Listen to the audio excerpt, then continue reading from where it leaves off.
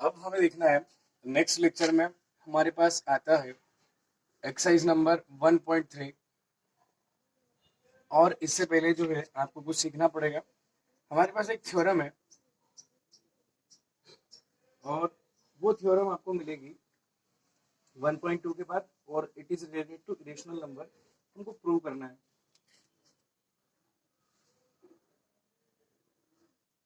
इसमें लिखा हुआ है prove that root 2 is irrational. Root 2 is irrational, ये क्वेश्चन हो जाता है, उसमें लिखा हुआ है रूट 2 इज इरेशनल। हमें अब प्रूव करने की बात करें कि रूट 2 जो है वो एक इरेशनल नंबर है।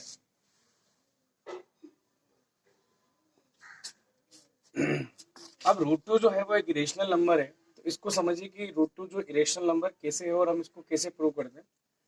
तो प्रूव करने के लिए एक हमारे पास लॉन्ग डिवीजन मेथड है, जिससे हम बता सकते हैं कि इसका जो डेसिमल आएगा वो नॉन टर्मिनेटिंग और नॉन रिकरिंग होगा। और यहाँ पर हम डेसिमल की बात नहीं कर रहे हैं, हम एक मेथड की बात कर रहे हैं, मेथड ऑफ कॉन्ट्रडिक्शन, जिससे हम इसको रूट 2 को इरेशनल नंबर प्रूव कर सकते हैं। It is the method of contradiction.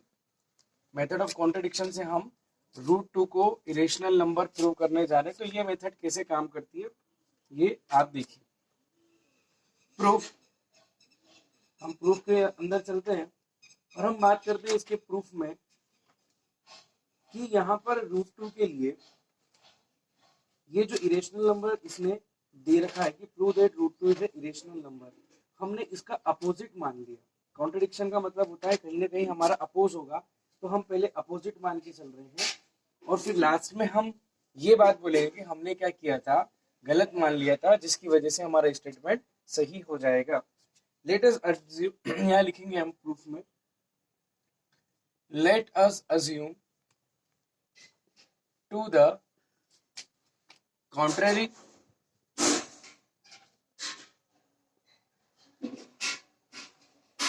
that root 2 is rational. Let us assume to the contrary, हमने मान लिया, हमने उसके अपोज में, कॉन्ट्रेरी यानी कि हमने उसके अपोज में ये मान लिया रूट 2 हमको प्रूव करना है इरेशनल, लेकिन हम मान के चल रहे हैं उसको कि रूट 2 एक क्या है, रेशनल नंबर।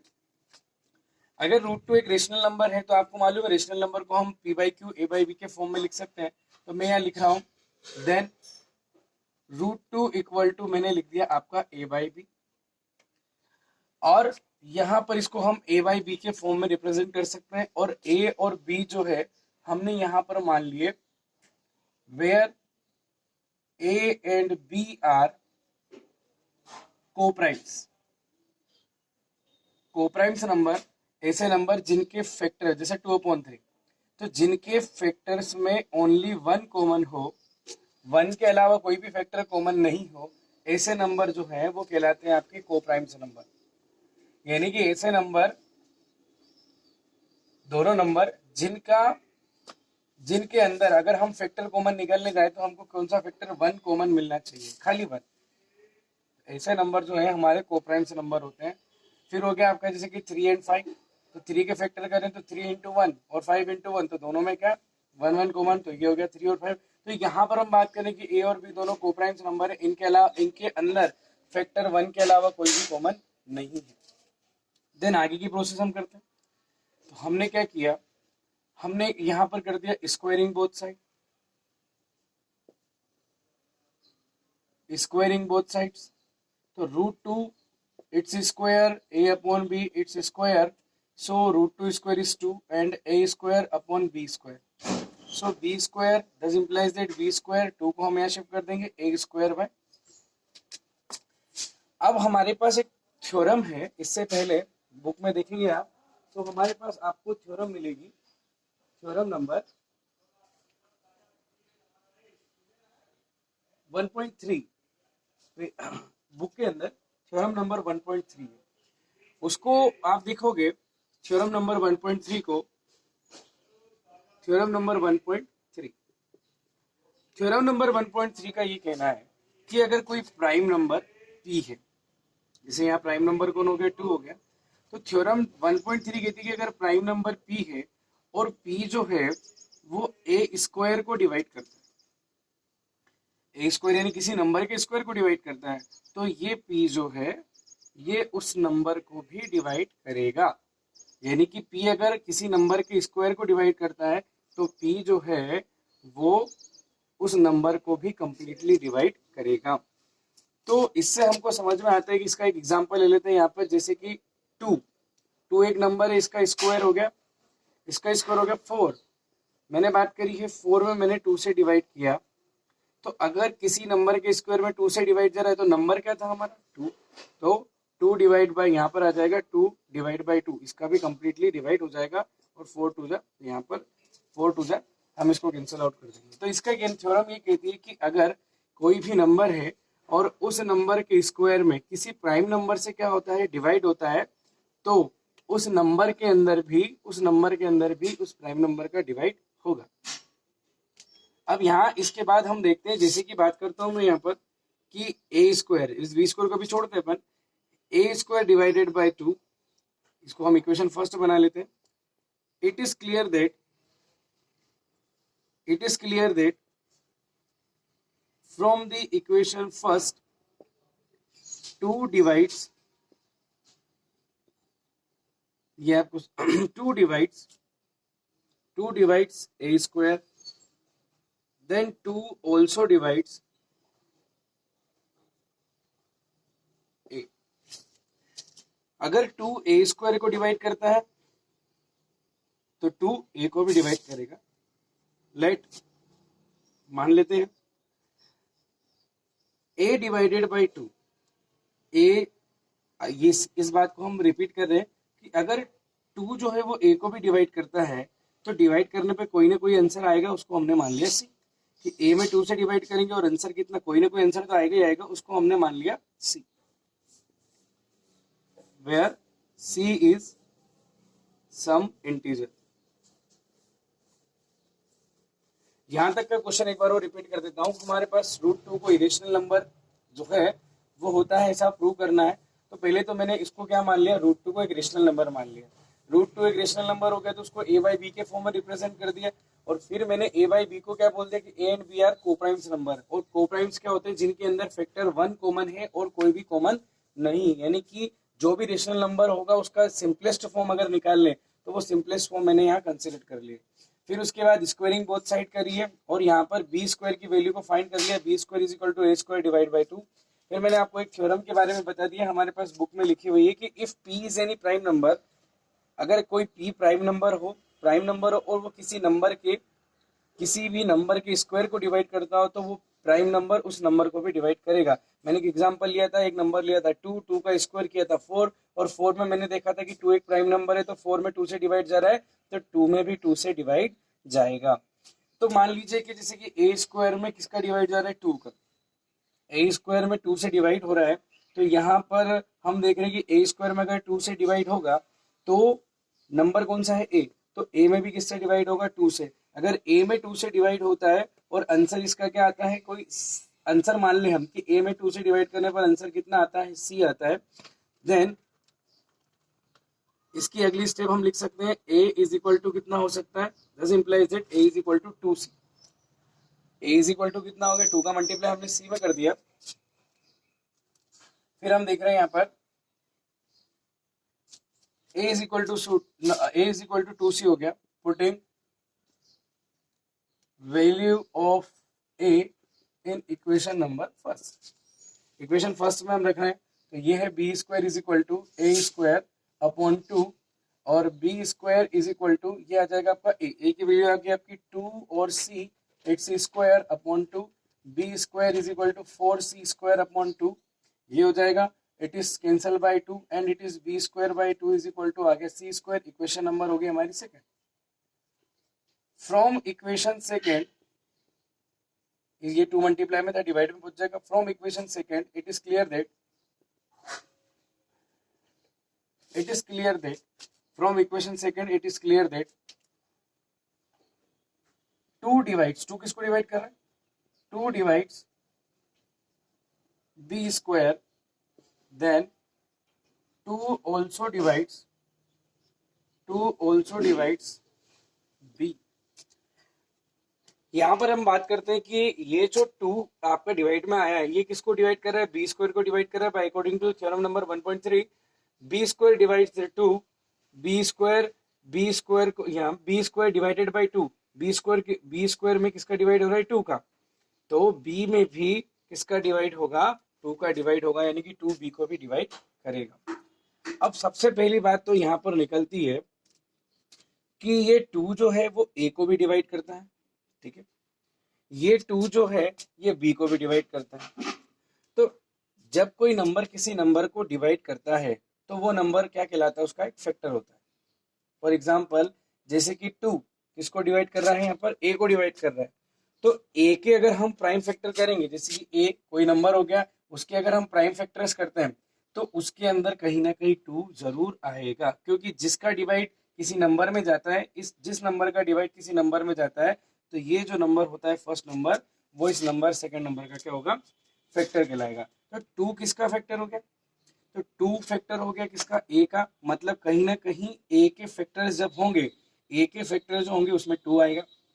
फिर दूसरी बात ये है जैसे कि ए के फैक्टर हम जब लिखेंगे प्राइम फैक्टर तो उसमें 2 कहीं ना कहीं आएगा।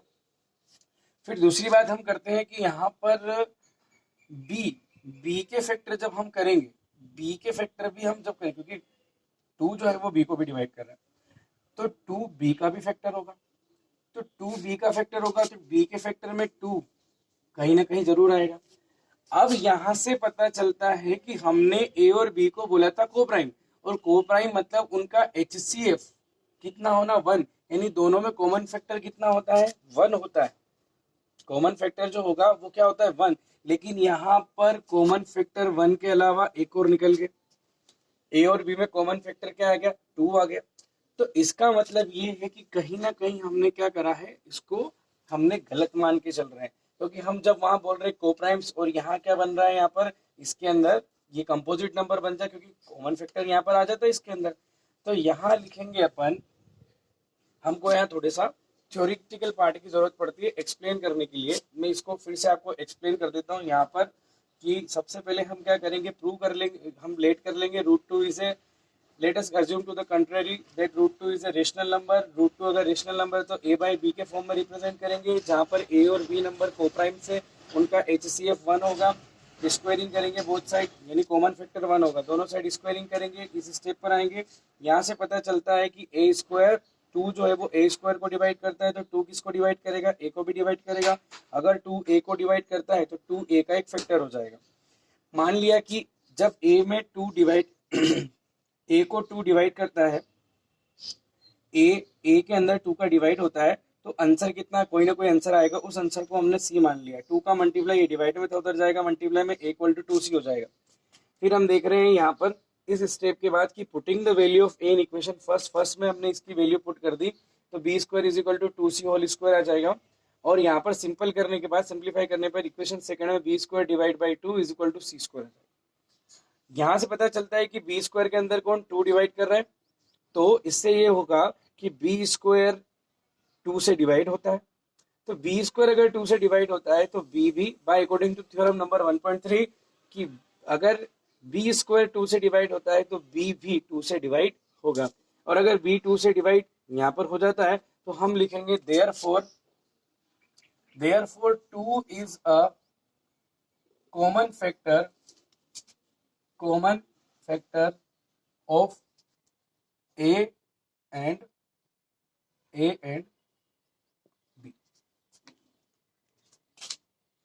2 is a common factor of A and, यहां से इस बात का पता चलता है कि 2 जो है वो A और B का एक कॉमन फैक्टर होगा। 2A और B का एक कॉमन फैक्टर होगा। अगर 2A और B का एक कॉमन फैक्टर होता है तो हमारे पास यहाँ पर एक कॉन्ट्रडिक्शन मिलता है, यहाँ पर हमको एक विरोध मिलता है इस बात का, क्योंकि फर्स्ट में हमने यहाँ पर बोल दिया कि ए और बी में कोई भी फैक्टर कॉमन नहीं है, जबकि यहाँ पर लास्ट में बात क्या आती है कि 2 दोनों में एक कॉमन फैक्टर की तरह क्या कर रहा है, काम कर रहा है। फिर इसका आगे का पार्ट हम कैसे सोल्व करें, कैसे बताएं कि √2 एक इरेशनल नंबर है, तो इसके आगे हमको लिखने की जरूरत पड़ेगी हमारे पास अब यहाँ पर इसको वेरीफाई करने के लिए कुछ पॉइंट है, उन पॉइंट के बेसिस पर हम इसको क्या करेंगे, वेरीफाई यहाँ पर कर देंगे और बता सकते हैं कि रूट टू जो है वो एक इरेशनल नंबर होगा। जैसे कि मैंने आपको बताया था ए और बी में कोई भी फैक्टर कॉमन नहीं है, लेकिन लास्ट स्टेप में आते आते यहाँ पर टू जो है वो ए और बी में क्या हो जाता है, कॉमन फैक्टर हो जाता है। आगे पॉइंट जो होता है वो ये बोलता है बट दिस कॉन्ट्रडिक्ट, परंतु ये वाली बात कौन सी कि टू दोनों में कॉमन फैक्टर होता है, but this contradicts the fact that a and b have no common factor other than one.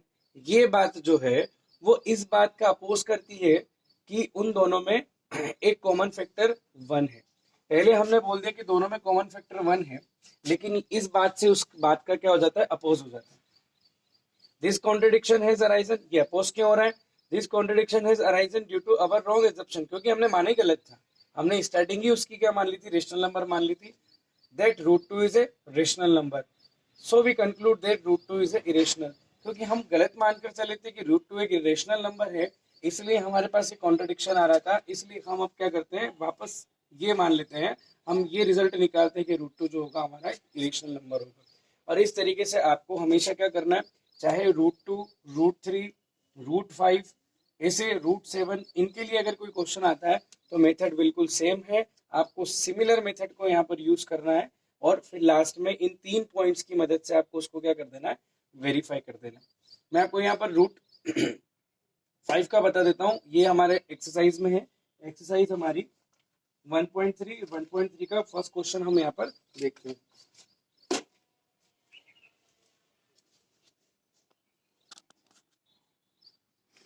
हमारे पास 1.3 question number first, prove that root 5 is irrational number, और इसके लिए हम यहाँ पर लिख रहे हैं let us assume to the contrary that root 5 is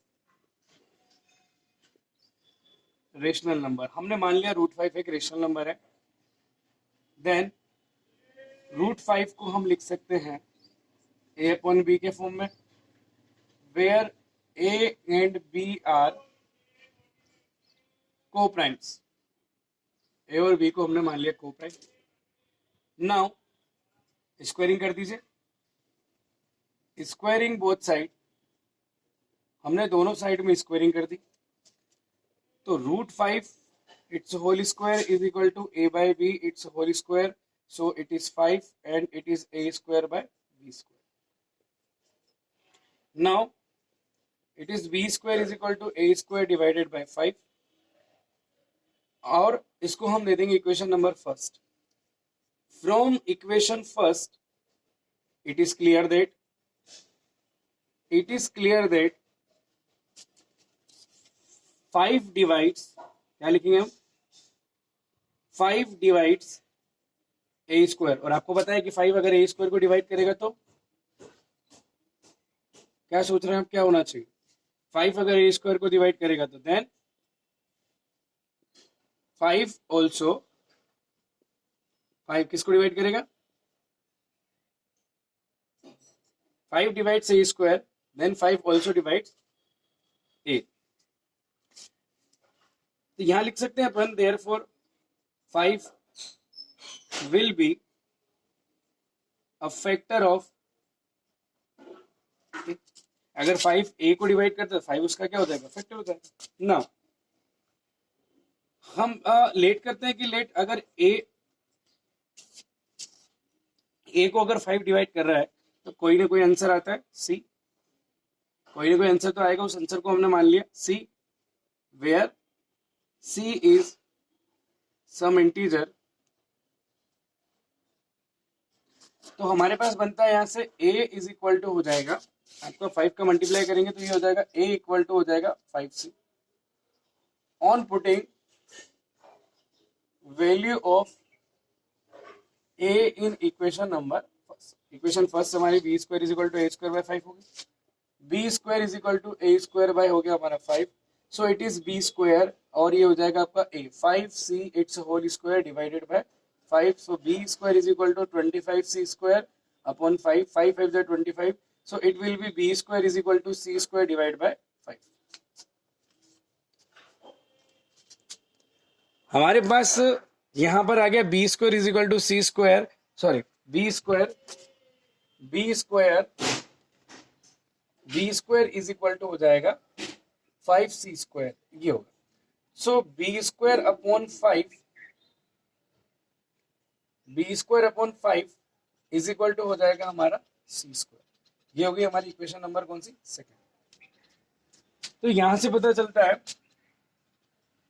from equation second it is clear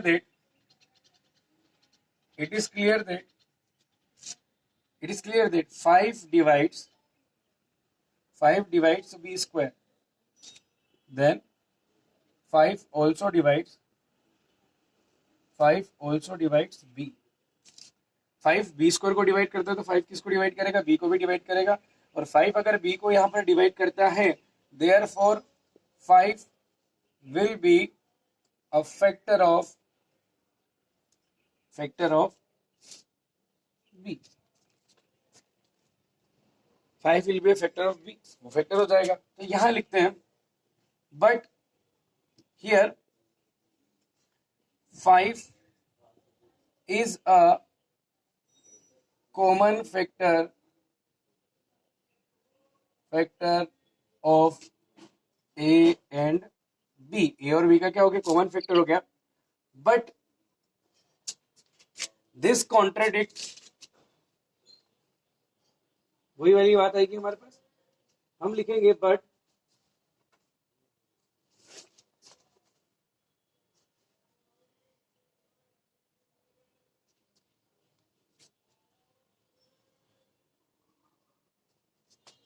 but this contradict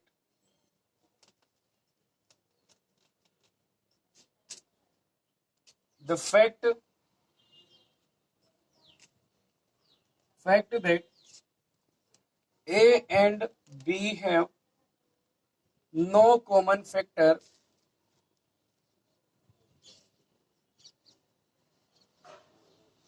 other than 1.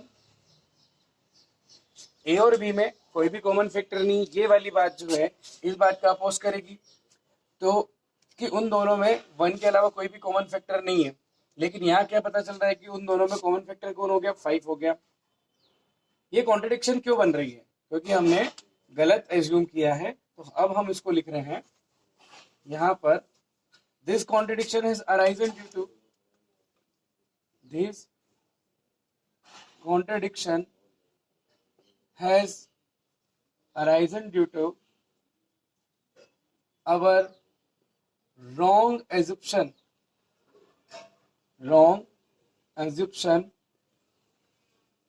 that root 5 is rational. हमने क्या मान लिया था कि रूट 5 को रेशनल मान लिया था. So we conclude that